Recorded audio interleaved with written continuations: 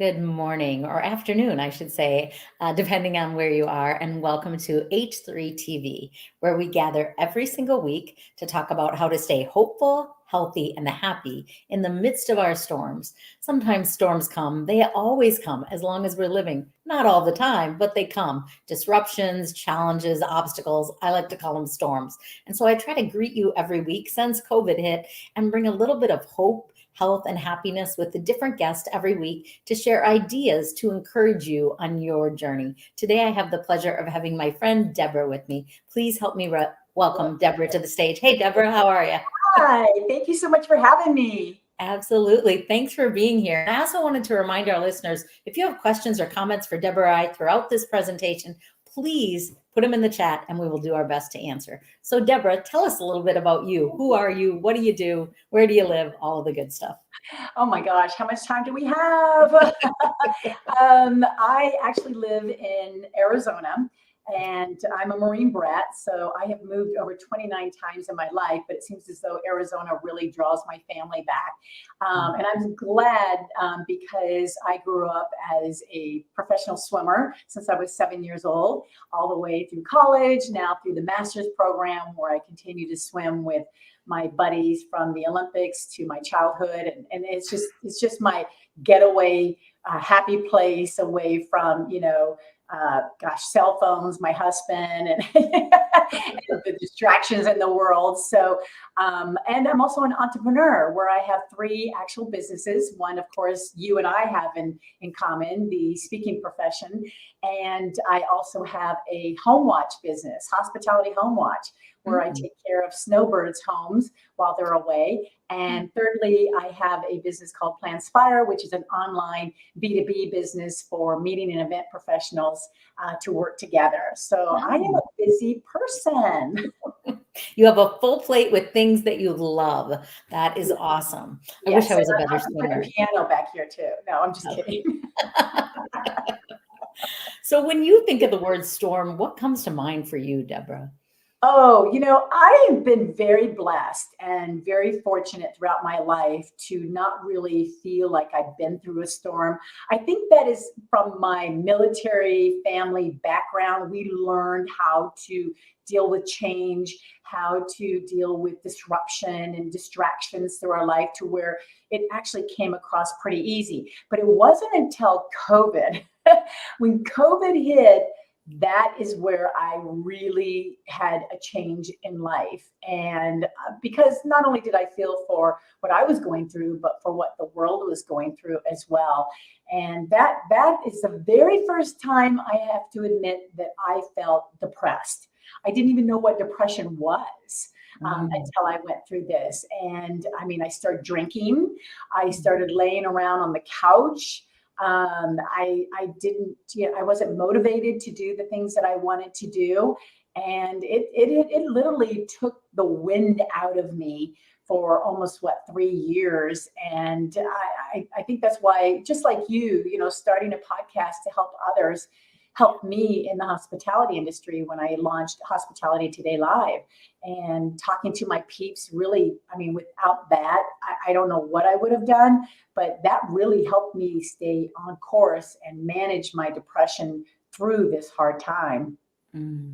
I love that. I think those are two great strategies right there. Like first you had awareness, like I didn't know what depression was. And then here's how I experienced it. And then I got back together with peers because we need a good support system of people that don't just talk about all the negative, but support each other as how do we get through this together and strategize. So I think those are both great ideas. And certainly COVID felt like a storm to pretty much all of us that were speakers, but to so many industries hit. We had a gym at the time that ended up closing. And so so many challenges inside of that.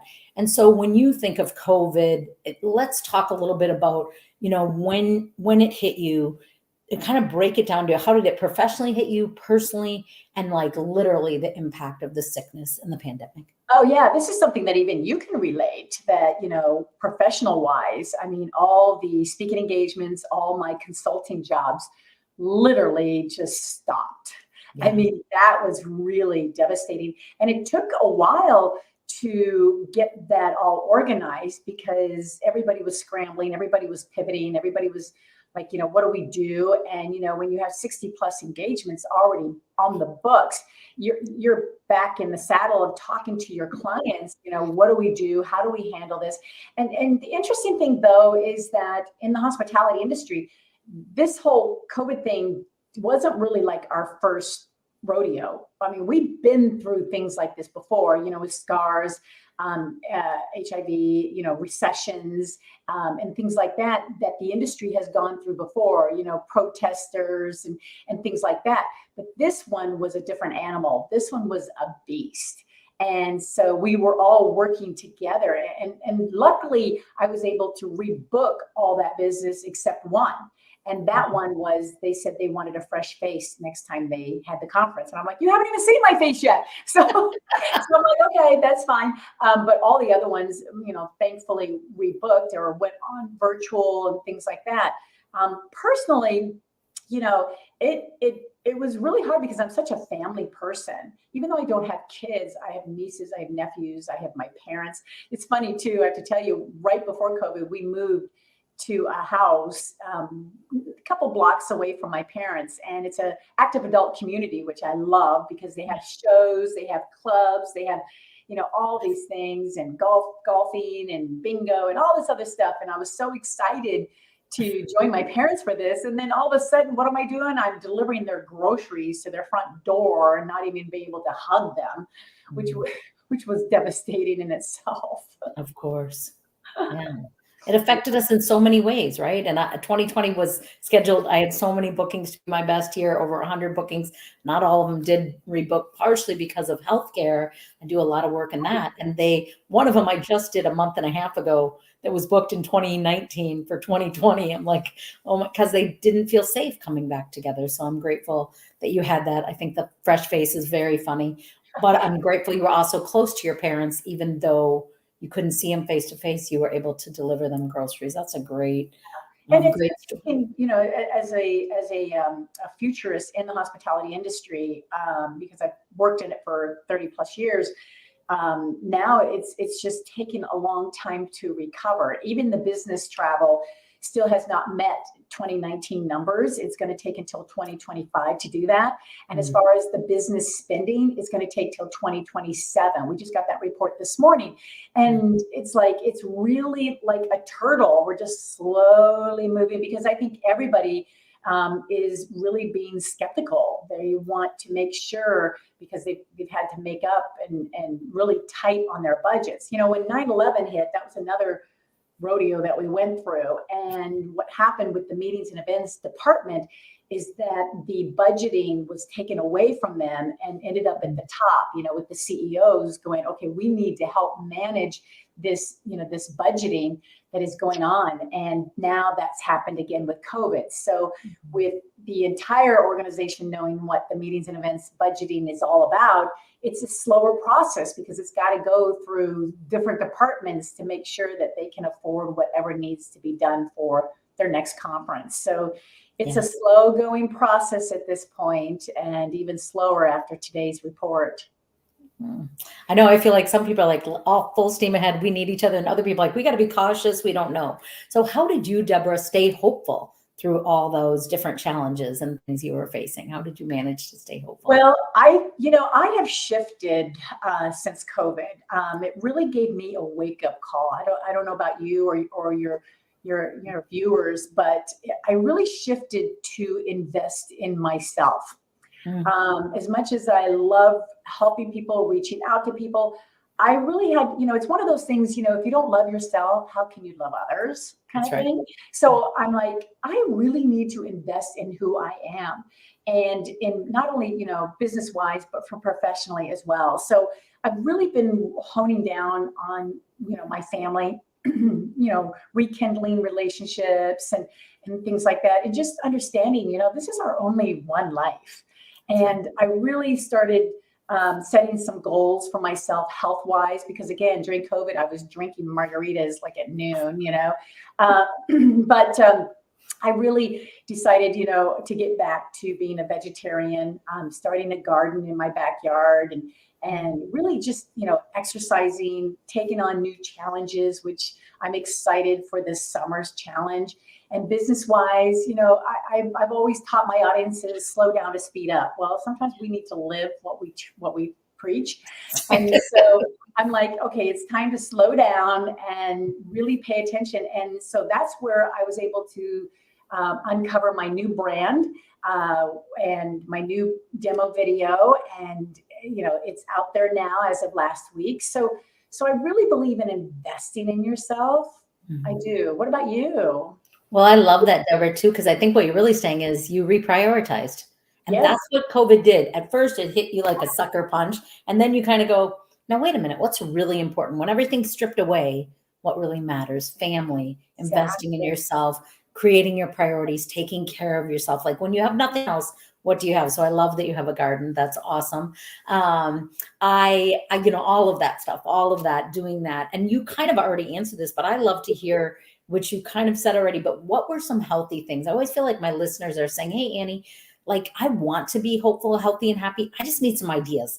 Bring in your guests and share with us, what do you do to stay healthy? And for me, health can be any of the 7 areas: financial health, physical health, emotional, relationship health. How have you, or do you, how did you get back to being healthy? And then how do you maintain that?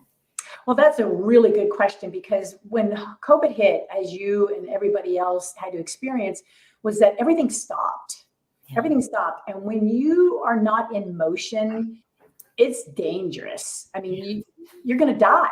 You're going to become complacent.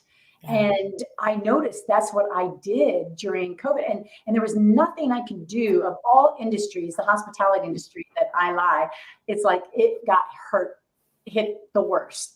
And so I thought, what can I do to make myself busy? And that was key, to get off that couch, stop the drinking, put down the margarita. Yeah. And the pity party, because I'm just a go-getter. I'm like it's like we go 100 miles per hour, but yet, here all of a sudden we're being told to sit tight.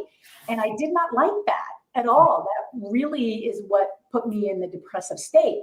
So what I did was I started a new business. And I call it my COVID baby, which is my home watch business. And it was interesting because I thought, a lot of people were in lockdown. We couldn't go anywhere. We couldn't travel. We couldn't be anywhere.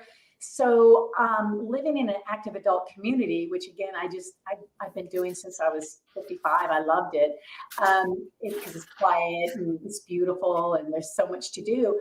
I thought a lot of these people are not here. They were locked down in Canada, Wisconsin, Michigan, California. They could not get to their second home. Okay. So I ended up contacting our members in the community, and I said, hey, do you need anybody to go and check on your home? And sure enough, before we knew it, they were sending me their house keys, giving me their garage codes. And, now today I flush toilets and look for leaks. That's the business. And I'm on my 3rd year. We're going into season right now. And I have, 30 clients. Next year we're going for 50. The next we're going for 100. And I'm just so happy, so there's a silver lining to everything, right?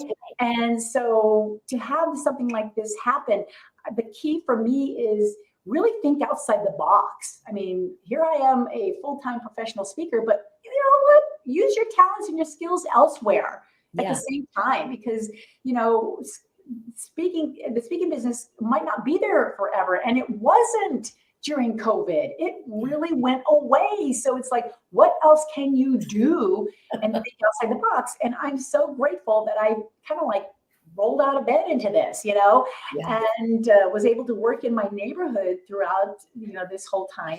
And it kept me busy. It got me off the couch. It got me rethinking, feeling good about myself, and felt like, I was helping others that couldn't get to their homes. Yeah. And now it's like, it's really fun. It's really easy. And you know what? Customers are never there.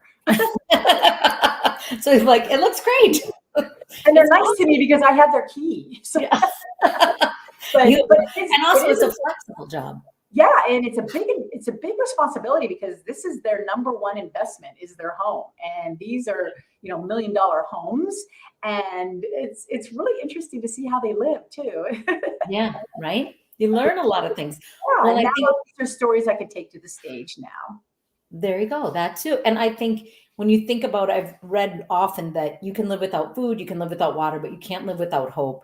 And one thing you said is moving forward. I always say movement's my medicine. And whether that's a walk every day or a creative mind or what else can I do or reinventing, it does keep you healthy and moving forward, So Deborah, if you could share with people a lesson, like what's a lesson? And you kind of said this before, like you grew up moving a lot and saying, okay, it's a challenge, but it's not a storm. We're going to get through this. What are some of the lessons or even one specific lesson that you learned through COVID that if you could tell someone that say, I know you don't understand, Deborah, I'm in a bad storm. This is hard. I'm on my couch with my pitcher of margaritas, not just a glass. Help me. What's a lesson you could share with them? Oh gosh, actually there's so many lessons. But if I had to choose one, I think the whole lesson for me is that I have to believe in myself. I have to believe in me. And I didn't at the time. I had no confidence. I had no way of thinking, gosh, I can do this.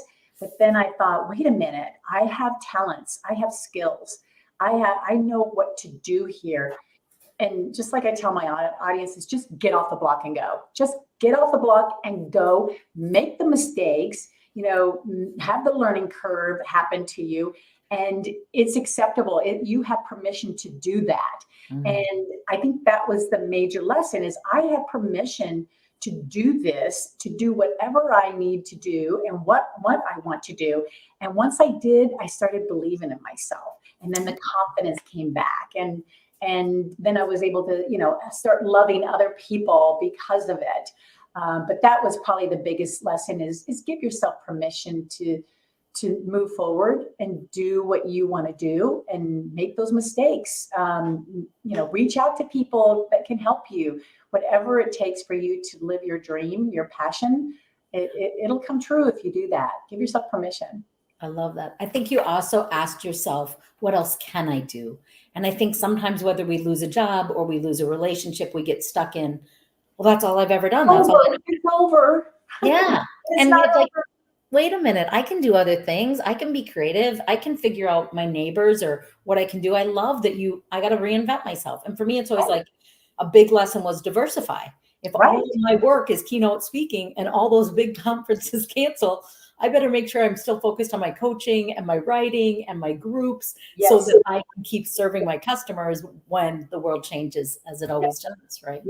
Yes, absolutely. And that was key during COVID is keeping those relationships with our customers going. A lot of people are like, I'm going to have to wait till things come back. That probably was the biggest mistake anybody in the speaking industry could do is got to keep those because they'll remember that. And how I know that is when I was in the hotel business when 9/11 hit. I remember we all put together a strategy to stay in touch with our customers. And I'm sitting there going, well, why? Because they don't have any budget anymore. They're not coming to San Francisco or when I was in Las Vegas, they're not going to do any of that. But sure enough, most of them said, they all just like, we are with you because you stayed with us through a very big storm. And I always remembered that. And when this COVID hit, I thought, I'm going to do the same thing. And sure enough, they remember. That's so true. I wanted to say a couple things. So I live in a senior community now, kind of our safe houses in the Villages of Florida, which is kind of central Florida. And my kids mostly, but pretty much everyone has teased me since I was, 30. Like, you just want to live in a senior community and play bingo all day. I'm like, yes, I do. And people are like, do you do that now? I'm like, oh no, I work, but I just know it's out there. I could golf or play tennis or play bingo. And so I totally can relate to you on that. And well, and what's interesting too is when you live in these kind of communities, there is a lot of talent here. Right? Oh my gosh. I've met astronauts. I've met, engineers. I've met, chiropractors. I've met, CPAs. I mean, CPA, those accounting guys. But I mean, it's amazing the talent and you know, I've met ranchers from Montana.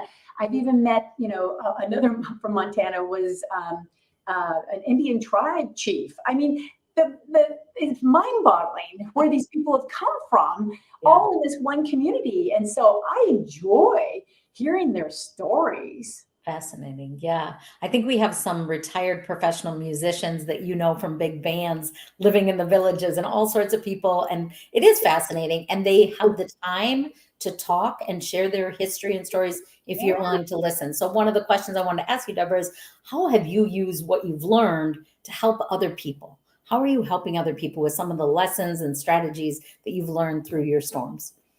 Well, I'm a big advocate in the speaking community is that it's not all about you as a speaker.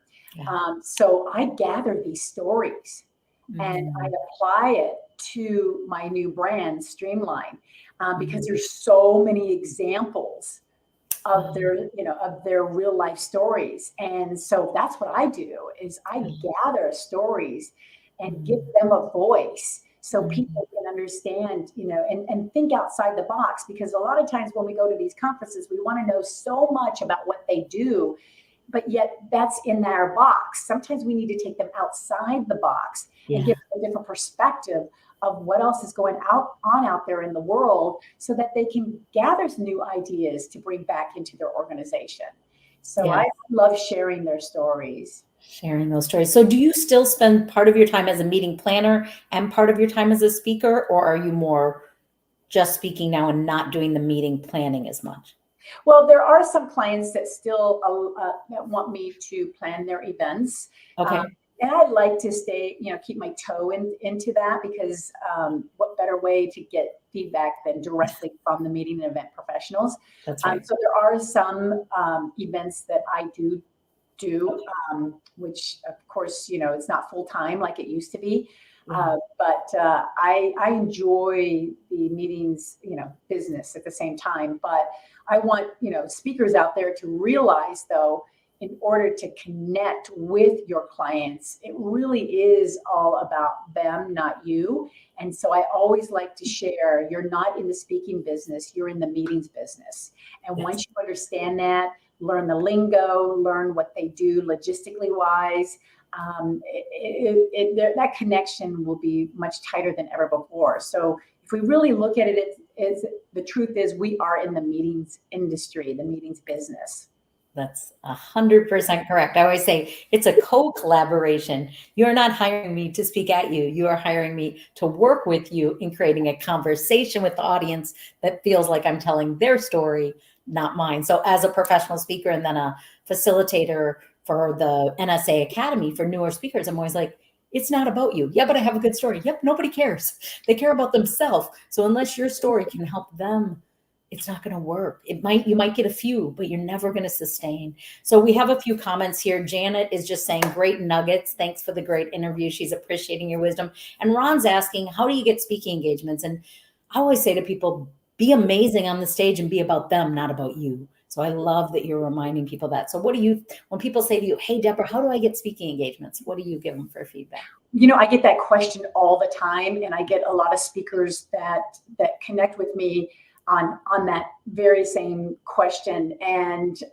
coming from the meetings industry and knowing how meeting and event professionals think, it is all about relationships. And so the way I get gigs is I start with the relationship and really don't even talk about my speaking abilities or what I can do for them for their conferences. So I like, you know, if there's something that I see an association or corporation that I want to present at, thinking I'm the right fit, I'll go on LinkedIn and, of course, you know, friend them and ask them for their friendship. And then, of course, just talk about where they're from. You know, a lot of people, you know, when they're in Pennsylvania, well, that's, you know, that's where my parents are from. Kind of help build that relationship first. Never go in, hey, I'm here, I'm a speaker, this is what I do. No, big mistake. Don't do that. Really see some commonality on who they are as a person. And a good example of that is, Chuck Gallagher just released a video on my new demo reel. Okay. And he dissected. If you go to Chuck Gallagher videos, it's the recent one that he just released, and he dissect my new video that he did not do.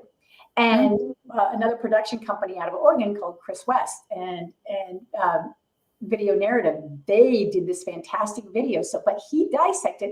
The reason why he did was because he noticed that the video was all about the problem and then the solution.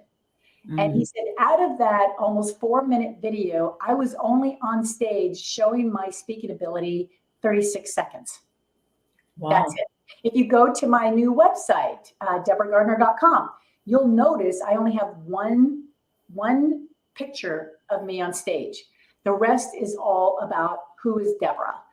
Because that's where we need to start. We need to start with who we are and who they are and look for that commonality.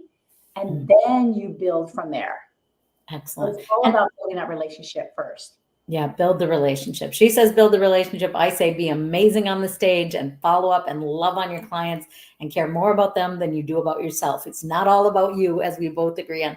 I'm going to ask you, to in LinkedIn where you see this post, share a link to your demo. People need to see it. People are always looking for what's the great kind of video? What do I need? What am I missing? I love that Chuck did that for you. He's so massively talented and makes such an impact in the speaking world, doing lots of videos and interviews and all sorts of amazing things. So if somebody's listening right now and they're a speaker or they're not a speaker, whatever they are, is there one last lesson or thought you want to just share your wisdom with our H3 TV listeners?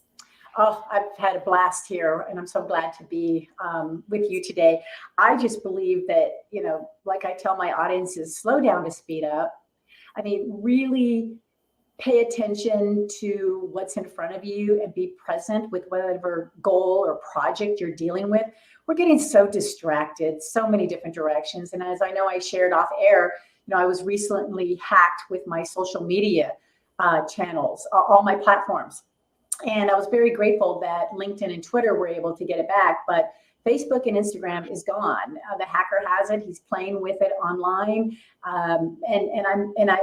I freaked out thinking like I was, a coffee drinker and I just was like having these withdrawals for the first week. But then I thought, wait a minute, you know what?